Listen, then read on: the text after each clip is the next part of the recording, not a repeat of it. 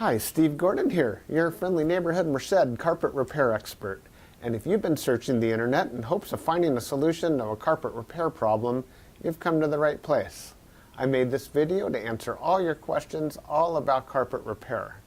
Now, if you need more help after you've watched this video, well, feel free to give us a call here at the office. We're thrilled to take your call and answer your questions, and then honored to come out and fix your carpet if you decide that's what you like. So again, I'm Steve Gordon. I hope to hear from you soon. Meanwhile, I hope you enjoy learning all about carpet repair. Hi, Steve Gordon here, your friendly neighborhood carpet repair guy. And I promise you one thing, and that is I'm absolutely not an actor. So if you're looking for an actor to talk about carpet repair, you've come to the wrong place.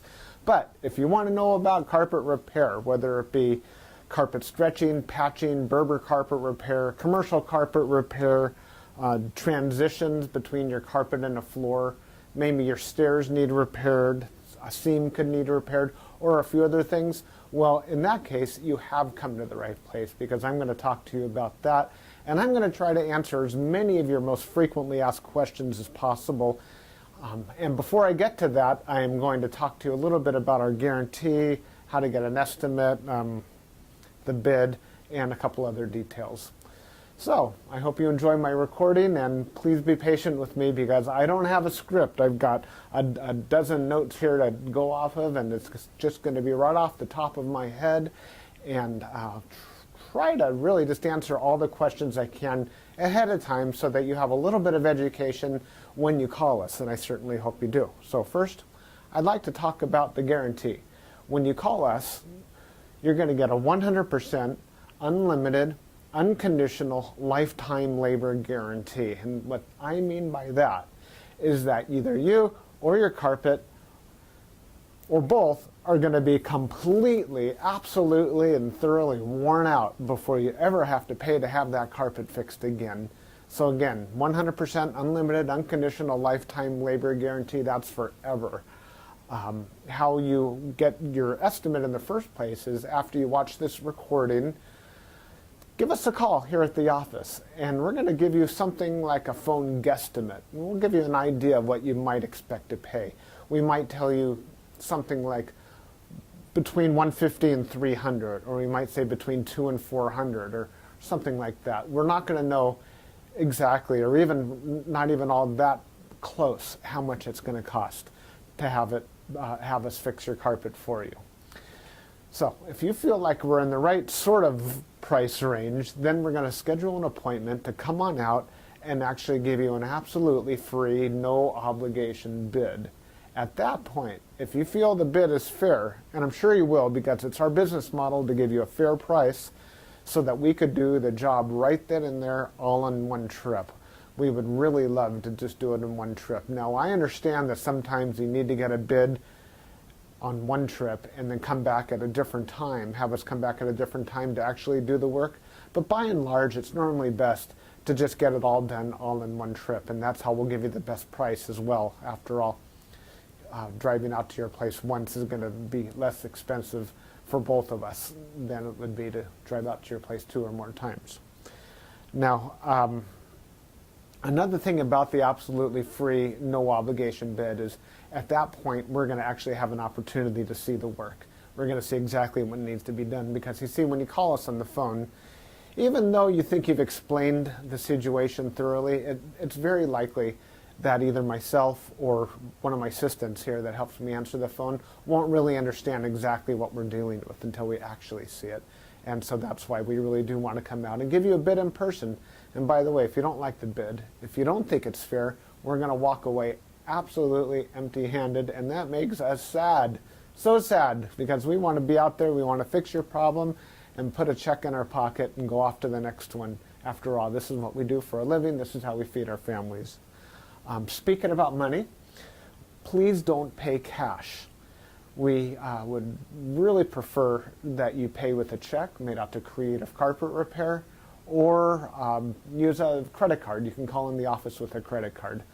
So cash, it's against the agreement I've made with all my contractors. Now, if you work with me directly, if I'm the actual contractor that shows up to your house and you want to pay me cash, I'm happy to take it. But for any other contractor throughout my entire company, Please don't pay cash. Now, I want to talk a little bit about the carpet repairs. I've got a little bit of housekeeping out of the way. Let's talk about carpet stretching. Most people wonder why their carpet is all rippled up. So if you look out at your carpet and you see more waves than the ocean, or it's more rippled up than you can believe, and there's peaks and valleys in your carpet and you're getting seasick just looking at it, or if it's a trip hazard, there's a real good chance that your carpet was never stretched in tight enough to begin with. You see, whoever stretched your carpet the first time around more than likely didn't use a power stretcher. Now what a power stretcher is a pole that it butts up against one wall on one side of the room, and this pole runs all the way across the room to a head that's on the other side. And when we push down on this handle, the carpet gets stretched, and it gets stretched so tight that we have no doubt at all that we're going to be able to live up to that unlimited, unconditional lifetime waiver guarantee. That carpet will never ripple up again. You have my absolute word of honor on that. And if I'm wrong, we'll do it again for no charge at all. When we stretch carpet in a room, it's always best to have the room completely empty. We can empty the furniture out of the room for you if that's what you need, but more often than not, the customer will want to get as much as possible out of the way. Now, don't strain yourself. Don't go moving a giant king-size bed or a dresser that weighs, more than 10 elephants. That's not cool. We have special tools. We have these sliders that we can put underneath the legs of the furniture. So even if your dresser weighs a couple hundred pounds and is harder than heck to move, we get those sliders underneath there, and we can move that stuff around if that's what we need to do. So don't strain yourself moving the furniture. Also, if you have a king-size bed and it's just completely unreasonable for whatever reason to move that bed, quite often we could stretch the carpet in that room without moving the bed. It's a lot more work. Those poles that I spoke about, they go actually underneath the bed, so we stretch the carpet right underneath the bed to the other wall. And it's a lot harder. It takes us a lot more time and effort, but it can be done. So that's a little bit about carpet stretching. We use a power stretcher. We don't just kick it in with our little Susie Homemaker little knee kicker, and it leaves a little bit of extra carpet at the end. We cut off that excess, and you'll see how much carpet we cut off when we're done. We throw it in a bag, and we tuck in the carpet along the edge, and boy, life is good. It looks so much better. One thing that you might be aware of when we finish, though, is if you had large ripples, the carpet could be soiled along the top ridge of those ripples more than at the valleys, and that makes sense. Where you're walking, that's where it's going to get more dirt. So after you stretch the carpet is a real good time to have the carpet cleaned. Also, the carpet's out of the room, and the furniture is out of the room, and it's just a great time to clean the carpet. It looks a lot better at that point. Mind you, like I said, this is unscripted, so I'm just going to talk to you about carpet repair. Now let's talk about Berber carpet repair for a minute. Berber carpet repair has rows. Well, Berber carpet has rows. And actually the word Berber carpet, or the name Berber, it isn't exactly accurate. Berber carpet actually comes from a place out in the Middle East, country or countryside, where the area is called Berber. The Berber people or something like that. Anyhow, it's a very expensive rug, Berber rug. That's the actual meaning of the word Berber rug. The Berber carpets that we find today are very similar. There's loops and there's rows, and if you pull on one of those loops, or rows becomes unglued somehow, it could make a run, what we call a Berber run. So when you pull on that thread, it's like it's unzipping right in front of you. It's like, oh my gosh, what has happened? I've got this zipper run going all the way across the room. Now your higher end Berber carpet, that doesn't likely happen. It almost never does. But the lower end, middle of the road and lower end Berber carpet runs all the time. So when we fix a Berber carpet, what we're going to want to do is take out the bad area and patch a new piece in there. Sometimes we could actually weave a little bit of some new loops right into the place where that carpet has come unfurled. But more than likely, we're going to want to put in a Berber patch in that area. One reason that Berber comes apart at the seams is because the carpet was never sealed at the seams well enough to begin with. Your carpet installer that originally installed that carpet was supposed to use a latex sealer or even a glue gun or something to seal the edges of the carpet. Now, if they don't seal the edges of the carpet, that's one reason that Berber carpet is just going to unfurl like crazy. So when we put in a patch or fix a Berber carpet, that area gets sealed. Now, we give the unlimited, unconditional lifetime waiver guarantee on Berber carpet as well. But mind you, just because, let's say you have a 12-foot seam and we fix 3 feet of it, that's the part that we guarantee. The rest of the seam we're not going to touch. And you may have a problem with that in the future. And that's certainly not our business to cover something we've never actually worked on before. Now, after Berber carpet patching, I'll just talk about carpet patching in general. And this includes the Berber. When you call us to have your carpet patched, the first thing that we're going to ask you is if you have any extra carpet to do the patch with.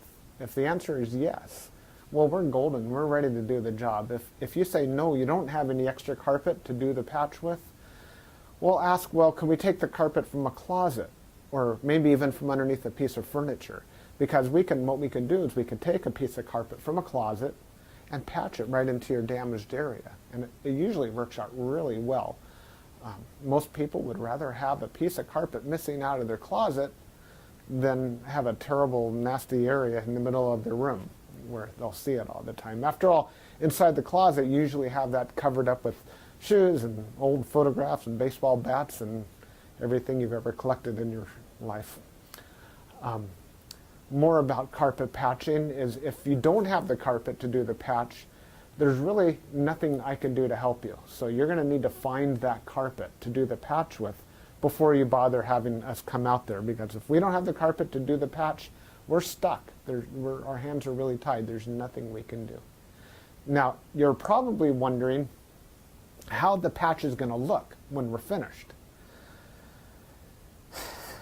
It's real hard to say, especially in a recording like this. So just between you and me and a million of our closest friends here watching this recording through time, that patch is likely to be visible. You see, if you take a piece of carpet that's never been walked on, it's never been soiled, it's never seen the light from the window coming in so it hasn't faded out, and you take that brand new looking type of carpet or piece of carpet and patch it in to an area that has been worn, it has been soiled, it has been faded out by the sunlight, well, certainly you're going to see the difference between the new carpet and the older carpet because it's patched right in the middle there. Certainly it's going to look a lot better than the situation you probably have right now, but patches are visible. Another reason a patch might be visible would be because, well, thick carpet, thick nap or plush carpet hides the seams quite well. A short nap carpet, like a Berber carpet, for example, or any of the commercial type carpets, they're very short nap. They show the seams far more. Another thing is that the rows have something to do with it. When we cut a carpet in the same direction as the row of the carpet, well, those seams are by and large less visible than the seams that we cut that cross the rows. When we cross the row, well, it's unavoidable to do that if that's what we have to do to make a patch. And those seams stand out a little bit more than the ones that go along with the rows. So carpet patching, that's what we specialize in. We could absolutely do that for you. Have the carpet available for us, and we also back up our patches forever, just like everything else, just forever and ever and ever. That patch will never come up. After patching, well, we could talk a little bit about pet damage also when we talk about patching. If you have an animal, a dog or a cat, or I've even seen it's been a bunny or a few other animals that have actually gotten locked behind a closed door. What'll happen is they'll get that separation anxiety and they'll try to dig their way out and they'll just rip the heck out of the carpet. That's one of the main reasons we'll do carpet patching. If that's the case, well, certainly it's just like any other patch. You supply the carpet, we'll put it in. However, if that animal didn't tear up the carpet, if they actually urinated on the carpet, there's a whole other thing we can do about that, and I'm going to need your help for that. What we'll do is we're going to ask you to go to the pet store or go online and buy twice as much of a product as you think you're going to need, maybe 4 times as much, to actually kill the odor. Now, the product I'm talking about is actually an enzyme, and what we'll do is we'll pull back the carpet, we'll remove the padding, clean the floor, and you'll pour this enzyme onto the floors underneath it all. And that enzyme will eat up all the proteins that contribute to the smell of the urine in your carpet. Then we'll put in new padding, and you'll pour that enzyme cleaner all over the backing of the carpet as well at that time. I'll reinstall the carpet, and then one more time we'll use that cleaner, and we'll just soak that area of the carpet with that enzyme one more time. And that's likely to kill the scent altogether. That smell should be completely gone. If not, it's probably because your animal found another place that you don't even know about, and I'm sorry about that. There's nothing we could do about your animal. Now that we've spoken about pet damage, I like to talk about carpet to floor transitions. A lot of people call us because they put in a new floor. Maybe it's a tile or a wood floor, and their carpet now needs to be finished along that edge. More often than not, we don't need to put in any kind of metal there. There's a lot of different types of situations where you do want a metal. If you have an apartment building and you want the carpet to last a long time between the carpet and, say, for example, a linoleum floor, we could put some metal there. There are flat metals. They're the type of metals that they're called, I've called them beat-down metals before. I'm not sure exactly what they're called. Beat-down metals, they're golden, they're silver, and the carpet goes right in there and it gets hammered down. Gives a nice clean edge, and it protects the edge of the carpet for a very long time. But if you're like most homeowners, that's not why you're calling us for a transition. You're calling for the transition because you just put in a nice marble or travertine floor, or maybe a wood floor. And so what we'll do with that is we're going to pull back the carpet and put in a new tack strip right up alongside that floor. Now that floor is going to be holding the place as if it were a wall. So here's your floor, here's your tack strip right in front of it. We're going to pull the carpet over that tack strip and tuck it in right there. So all you're going to see is a nice smooth transition between the carpet and the floor. Now, many times when you put in a new floor, it's important to put in some work into the subfloor underneath, and that might include using hardy backer or some other type of material that raises the floor up even higher than it would have been. So let's just say, for example, you've got a 1/2 inch new tile and another 1/4 inch of underneath there of a hardy backer, or it could even be more. It could be 3/4 of an inch altogether, or even more, that is higher than the carpet. That's extreme. It's usually not that high, but let's just say it is. If we just bring the carpet up and end it right there, well, you're going to stub your toe against that thing. You're going to be cursing to holy high heaven every time you do that. It's just not fun at all. Trust me, it's not. You'll understand if you ever do that. What we're going to want to do in that case is one of two different solutions. We're going to do one of two solutions. One is we can pull back the carpet quite far and use a product like a Fix-All, which is a very fine cement type product.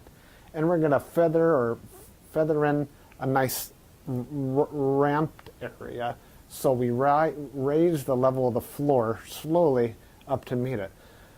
What's great about that is the floor and the carpet will be at the same level, then you won't stub your toe. What's not so great about that is when you're walking up that little ramped area, well, you feel like you're walking uphill.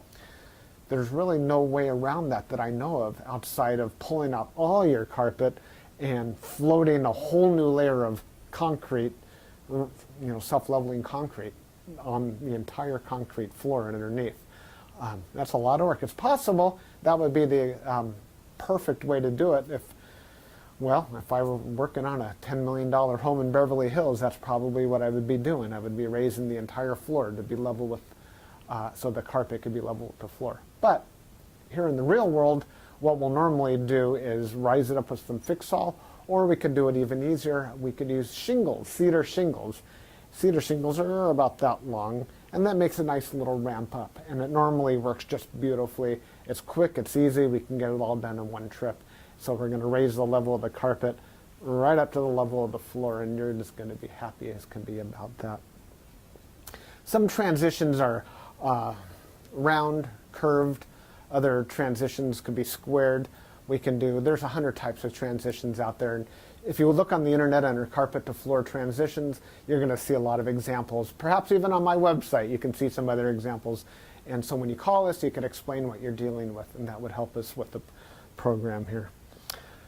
Stairs. So, do you have a problem with the carpet on your stairs? I did a job like this just today, where the cat had actually torn away the corners of almost every stair all the way up the stairway. The lady was not happy about this. My solution to this was that, well, first of all, I asked her, do you have any extra carpet? And the answer was yes. You can take the carpet out of a closet. And I told her, well, you're going to have carpet missing out of a closet. And she said, well, that's fine. You can put this carpet in the closet. So she had something that didn't match at all. And she didn't mind because, well, she just didn't care that the carpet in the closet didn't match halfway through. So I took the carpet out of the closet, and the first thing I did is I completely replaced the first two stairs, because after all, the first stair or two wears out faster than everything else anyhow, and those first two stairs were pretty trashed. Instead of just fixing the little corners, just replace the entire stair if you can. It'll make a world of difference to have something new there. With all the rest of the stairs, I just did these little bitty patches all the way up one side and all the way down the other, and it was just beautiful. I think it gave her probably another 10 years of life to her carpet to fix those stairs. Another thing you could do with stairs, what some of my customers have done, and I love this idea, is replace the entire stairway by, well, let me back up a little bit. Let's just say you have a 3 or 4 bedroom house, and it's the same carpet throughout the entire house, and your stairway is pretty much in the middle of it all. And if you replace the carpet on your stairs, well, it's going to be a slightly different color than the rest of your carpet, and that's going to look low class, and we don't like that, do we? No, we don't. What I would suggest in that case is that we take the smallest room in the house, maybe a small bedroom or nursery, and pull the carpet out completely from the smallest room in the house and buy new carpet for that room. Then we have maybe a 12 by 12 piece of carpet, and we can replace the entire stairway with that carpet. That way it matches the entire rest of the house except for that one room. That'll easily save you $4,000, $5,000, $6,000, $7,000 right there. And it's a lot less work too. So I like that idea. You get a whole new stairway. A lot of people, you walk in the front door and there's the stairway right there. If the stairs look bad, it's hard to recover from that first impression. So take my word for it. That's a really great way of going. No stairs. Commercial carpet repair. If you have commercial carpet and that needs to be repaired, it either has ripples and waves or it needs a patch. If it's rippled, it might need to be stretched. We've already talked about carpet stretching. On the other hand, it might have a different issue. It could be your commercial carpet was glued down to concrete to begin with. If that's the case, what we do is we actually take a knife and we just cut right down the middle of those ripples, cut right down those bubbles, and we will re-glue the carpet right underneath there and smush it all down, and believe it or not, those bubbles are going to be completely gone. They might be completely invisible when we're finished. You won't even see where we cut it, because where we cut it is exactly where we put it back together. The carpet will be nice and tacky before we push it back down.